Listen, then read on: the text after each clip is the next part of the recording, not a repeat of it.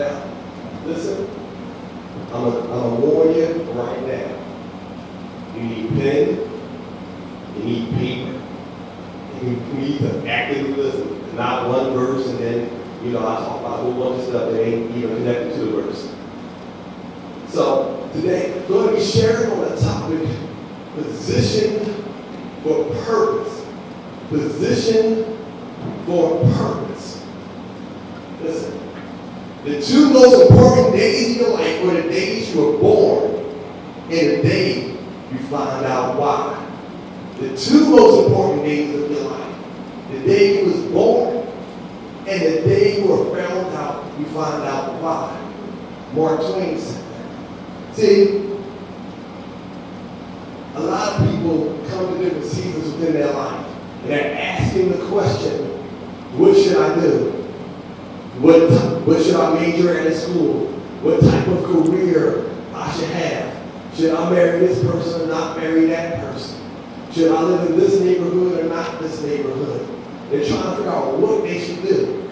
But the more significant question to be asking is, why am I here?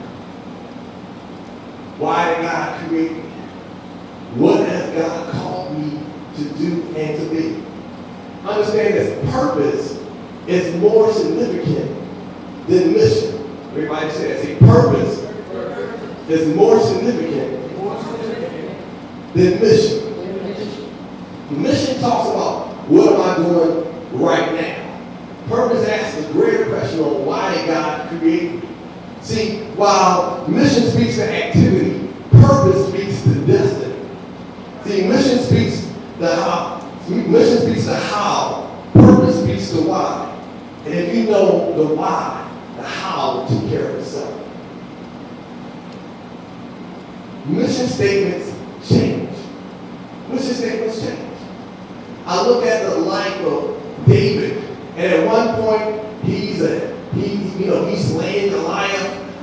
Before that, he's playing music in the king's palace, and then he's a warrior under King Saul, and then he's a psalmist. And then he becomes king. His mission changed throughout his life.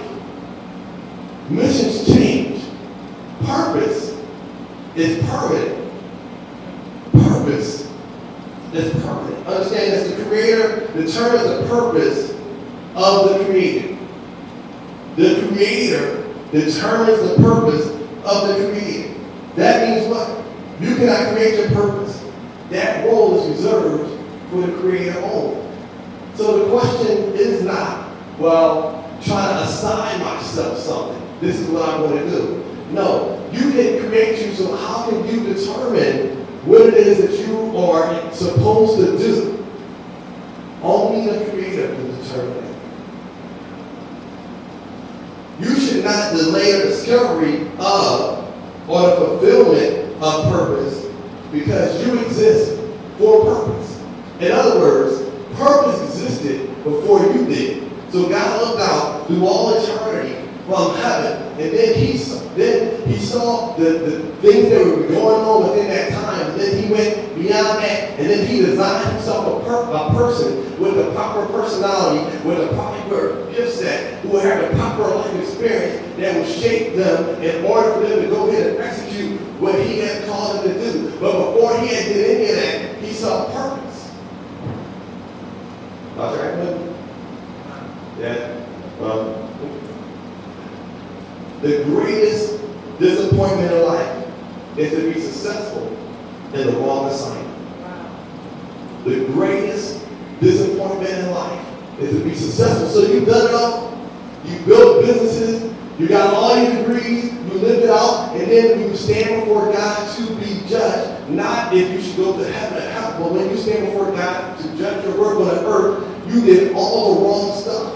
Let me put it this way. You did the right stuff. You could have did good things. You could have been an usher. You could have sang in a choir. But you haven't done the thing in which God created you to do. So he's saying all those things are nice, but it's not the things in which I intended for you to do.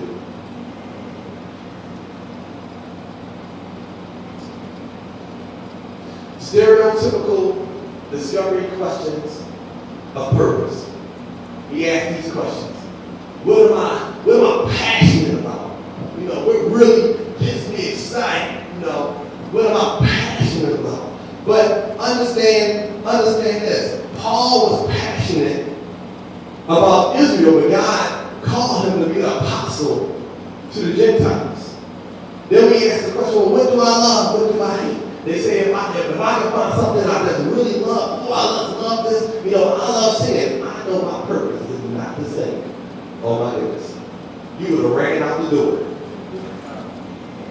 So, you say, well, what do I hate? What's the things that make me angry, and therefore that's going to motivate me to go ahead and change what's going on? See, watch this. See, Jonah was called to the city of Nineveh. However, he did not have no love for the Libyans. Not at all. But that's what God purposed him to do. Then we ask the question, well, what are my strengths? What's my gifts? I know if I just take an inventory, give me a little spiritual gift sheet, take a little personality profile, take the discus, that will surely tell me exactly what I've been purposed to do. But see, Moses couldn't speak, but he was called to be a prophet. He was a meek guy, but he was called to be a leader. So, your gift it's not about your gift, it's not about your passion, it's not about what you love, it's not about what you hate. It's not about those things. You say, well, dang, well, it ain't nothing that. Well, what is it? I don't know. But what we're going to be talking about is the nature of purpose. So the question is, what has God said in his word that he has created human beings to do? And I believe in my heart that when we align ourselves up with the purposes of God that's stated in the word of God and his general purpose for humanity, once we do that, he will start to reveal our individual purposes. Are you with me? So that's why I call it position for purpose. So, question is, so why did God create humanity? Why did God create humanity? Take the notes and write this down. Number one, he created us for his glory. Number two, he created us to do good works. Number three, he created us, specifically the church, to spread the gospel. And number four, he created us to do his will. Now, we probably not going to jump through all of these because I'm not going to Terry like that. But we need to get a point and a half. Can we get a point and a half? 1 point. Talk to me. Come on. There's 2 people in the room. I know who's not talking. All right. So, number one, God created for his glory. According to Genesis, the first chapter, verse 27, God created man, male and female, in the image and the likeness of God. That mankind is the only created being that is made in the image and likeness of God. Animals are not made in the image and likeness of God. Angels are not made in the image and the likeness of God. Only human beings are made in the image and the likeness of God. So therefore, human beings were uniquely designed to reflect who God is as a person.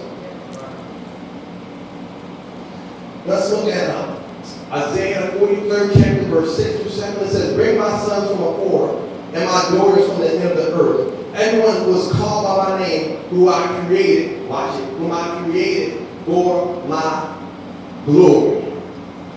So God has created human beings for his glory. And when we talk about the glory of God, what exactly are we talking about? We're talking about the display of his infinite work as it is reflected in his character, and particularly his holiness. I'll say that one time. When we talk about the glory of God, we're talking about the display of his infinite work as it is reflected by his character, in particular, his holiness. Now, just in case you're wondering where that comes from, if you read Isaiah the 6th chapter, okay, it talks about the angels, the created beings going around and saying, "Holy, holy, holy is the Lord." Now, the next line is kind of interesting after that, because you would think it says the whole earth, you would think it would say the whole earth is full with his holiness, because they said, "Holy, holy is the Lord." That's another situation. Holy, holy is the Lord. The whole earth is filled with your. But the scripture doesn't say that. It says, "Holy, holy is the Lord. The whole earth is filled with your glory." So his holiness, therefore his nature, is attached to his glory. So when we display the infinite worth of him as reflected in his character, in particular his holiness, then God is glorified. That's why Scripture teaches, be holy for I am. So when we're looking at this topic, now this is really interesting. So now understand that Christian, I want to say something radical. You ready for something radical? This is going to blow your mind. This is going to like a practical mission right here. You know, it wasn't going to cost much. You get what I'm going with this. Christian people are not created to live for heaven. Christian people are not created to live. Wait, come on now. All them songs you were singing, you know, when I get there, I ain't gonna cry no more. Ain't no sickness there, no more pain there, nothing but joy. Come on, all them songs you were singing, when, you know, when I crossed the good ship of Zion and all of that, I don't even know what they talk about after a while. I get confused with all these metaphorical expressions. But that should be good condition. We've seen heaven as the escape pod. You know, I'm living this life just to live it in. But Scripture says that we were created for his. Come on, 2 people in the room. We were created for his. Okay, get it so it's come up with the sound so the video can sound good. You know what I mean? So it can look like a 200D, you know. Alright, look. I'm going to get a question. I'm going to get a quote right here. The critical question for our generation, for every generation, is this. If you could have heaven, no sickness, and with all your friends you ever had on earth, and all the food you ever liked, and all the leisure activities you ever enjoyed, and all the natural beauties you ever saw, and all the physical pleasures you ever tasted, and no human conflict or any natural disaster, could you be satisfied with heaven if Christ was not there?